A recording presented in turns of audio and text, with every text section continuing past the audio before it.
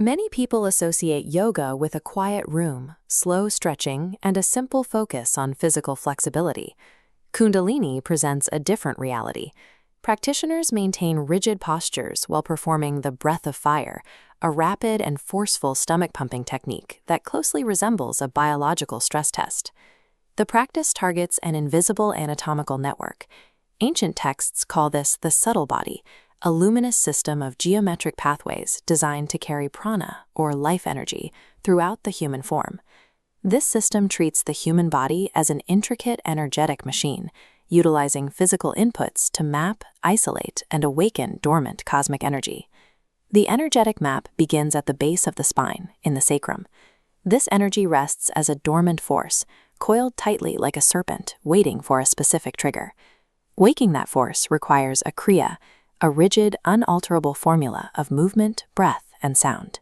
These sequences are designed to function as precise mechanical keys for the nervous system. The strict structure of the kriya generates internal friction and intense biological heat. This pressure forces the dormant energy to move upward, beginning an ascent against the base of the spinal column. By utilizing these rigid formulas, the practice bypasses conscious thought to directly ignite the deepest layers of the human nervous system. Once ignited, the energy climbs the Sushumna Nadi, the central spinal channel that follows the path of the spinal cord. The energy intersects with points known as chakras, which map precisely onto the body's endocrine system, aligning with the adrenal glands, the pancreas, the thymus, and the thyroid.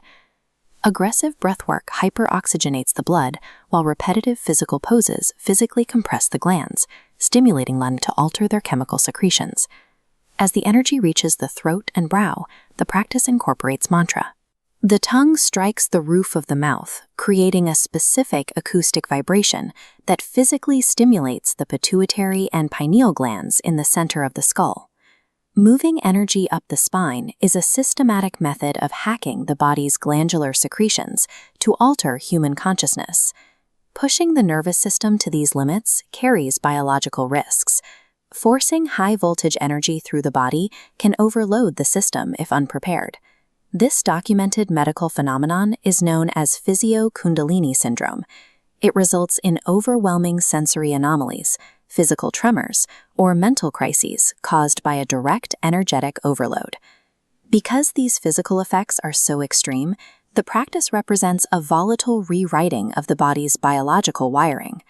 At the crown of the head, the energy completes its journey and pushes outward.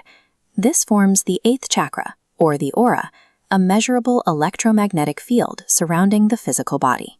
Completing this circuit correlates with specific biological changes: drastically lowered cortisol, heightened cognitive flexibility, and immeasurably higher resilience to stress.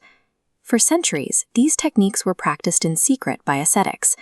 That changed in the 1960s, as the practice moved into the West for use by householders, people managing families and careers rather than living in isolation. The practice was centralized around figures like Yogi Bhajan, leading to massive global adoption. However, this centralized power also set the stage for modern controversies and a subsequent shift toward more decentralized, accountable structures.